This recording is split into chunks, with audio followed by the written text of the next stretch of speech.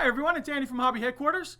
Well, I've got an exciting new preview for you guys today. This is a brand new kit, 100% new molds from das Werk. It is the 1/32 scale Junkers EF126 or EF127. There's actually 3 different variants you can build inside of here.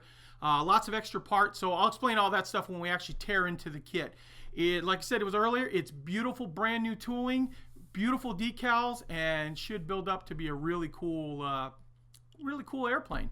Now, I plan on building one of these, and later on in the video, I'm going to show you the 3 different versions that we can build up, and I want you to go ahead and leave a comment down below of which one you'd like to see built up. It is going to be a little bit of time. I'm still working on that Volvo and trying to get all the preview kit videos out. The Volvo is taking a lot of time, and there's a lot of parts in that thing, but we're having a lot of fun with it. There's also a set of wood grain decals, which we'll show you, that goes for this kit as well. And we have these up for pre-order on our website at andyshhq.com. They are hot sellers and a very, very nice kit. One other quick thing too, the last video we put out, we talked about our intro. And I explained to you that my son, when he was 14, created that intro for the YouTube channel. He was, from day one, it's been on there. And some people were complaining that they didn't want to see it anymore. But after I put it up to a vote, it was overwhelming in the number of people who want to still see it in there. And if you don't like it, you can go ahead and skip the 20 seconds and just go right to the video itself. So let's get started.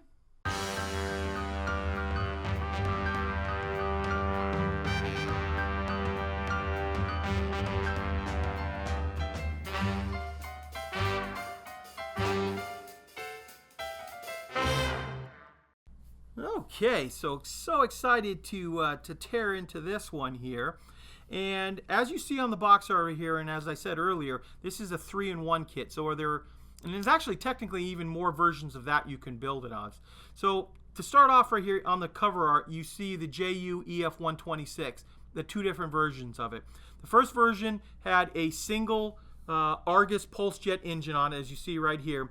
They found that to be a little lacking in power, so they came along and decided that they were going to put the 2 Argus pulse jet engines on it. Plus also, you see the expendable rockets that they have here on the side, and they were basically booster rockets to get it off the ground. And then there is a 3rd version, the EF127 Wally, which I'm going to show you based on the picture on the side here, and it basically changes the whole back of the airplane. So the Wally had the 2 of the Walther 509C1 motors, which you can kind of see right sticking out of the back here. And they actually give you a different tail section to produce that one. And then, of course, there's the single Argus and then the double Argus. Now, all of them show with the booster rockets on here. And I don't know if they were designed to fall away, booster rockets, or if they stayed on there permanently during the whole thing. But you can also build this without the booster rockets on it. So my question to you is, I plan on building one of these up. Which version would you like to see built? Leave a comment down below in the comment section. We'll call this one the A version, B version, C version. Me personally, I'm leaning towards the double Argus. It looks cool, honestly, having the double motors on there, plus the rocket boosters. Just a cool looking vehicle, and of course, that's your main picture on the front of the box art here. Okay, so after talking about all that, let's actually take a look at the parts and stuff inside the box. So the first thing we're going to take a look at is the instructions to this kit. And the reason we're going to show you those is I want to show you a couple of different variations. The beginning of the book here is a little background history on it. According to what they said, it was an experimental fighter that they were planning on building. There was some prototypes, it appears, that were made that the Russians captured and then tried flying and crashed at the end of the war, or after the war was over. Obviously, none of this ever got into combat, anything like that. Then you get a breakdown of the way the part sprues are all laid out. But this is the first thing I wanted to show you guys. The different ways you can display this kit. The first one is a factory setting, and they give you this factory cradle here. So imagine if you're doing a diorama or just even a small little vignette that you wanted the cradle like it's being produced in a factory. They give you that cradle in here. You could put a bunch of them in a row. It's just a cool idea that they've come up with. Now, the other version is a takeoff taxi trolley. Now, this vehicle did not have landing gear at all, very similar to the ME-163. It took off on a cradle. The cradle fell away as it took off, and then it had a landing skid that would come out from the bottom of the airplane at the very end when it was landing, and it would land on that skid. Which, hearing the stories of the ME-163 with that landing skid, I mean, it would sometimes come down so hard it would break the back of the pilot. So that's a little bit of a scary thing, but that's how they were designing it on this. And that is the way you can do all three versions, whether you do the double Argus or the Walther's motors on the back there. And then we'll just quickly go through. As you can see, they're full color instructions inside here. And another thing that's getting popular now too, that I love that they do this, they show the parts in blue that are being added for each step. So that way you don't accidentally, skip a step. So this is all the stuff that's being added, and then it goes on to just like each page here. And then in the very back of the book, it's actually a really thick book as well. There are lots of different variations that you can build up. Here's that Russian version there that we talked about, an all wood version, and some different paint schemes that you can see. And since we're talking about that, I will show you, they've got a decent amount of decals inside here too. You can see all of those things. That's a lot of little decals to put on. So we got the Russian version, the different German versions, the test versions. So just a very, very nice looking set of decals.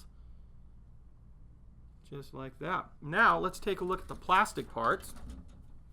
So the very first sprue we're going to take a look at here, these are the ammunition rockets. So these are the ones that they would store under the wings, and they would shoot them at B-17s or B-24s, whatever they were going to go up against. We have our takeoff cradle right here. Our expendable rocket boosters. And also too, if you do know, speaking of that, if you know if these were designed to fall away from the airplane or stay for the entire flight, let me know down in the comments, because I couldn't find anything else on it, but if you know, I'd be very interested to find out about that. This is the build cradle for doing the factory setting. That's the back of the Walther's motors there. We've got our tires and wheels right here. A little bit of the firewall. Nice big sprue here.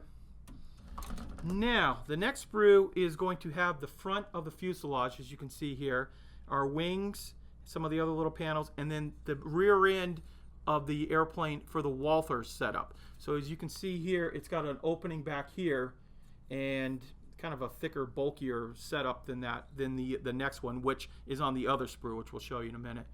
But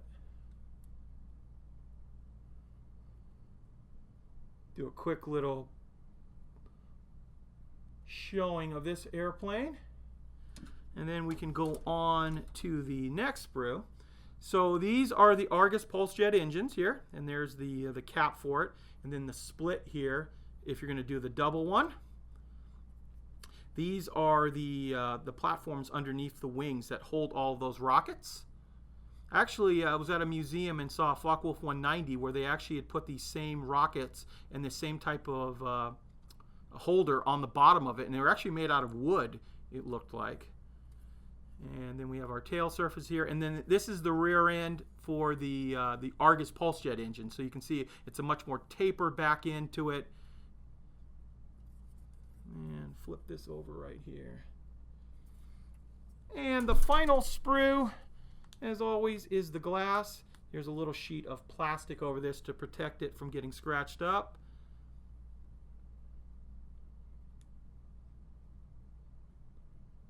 Very nice clear plastic. And also that's going to be available at the same time when that kit comes out is from Das Werk, the wood grain decals.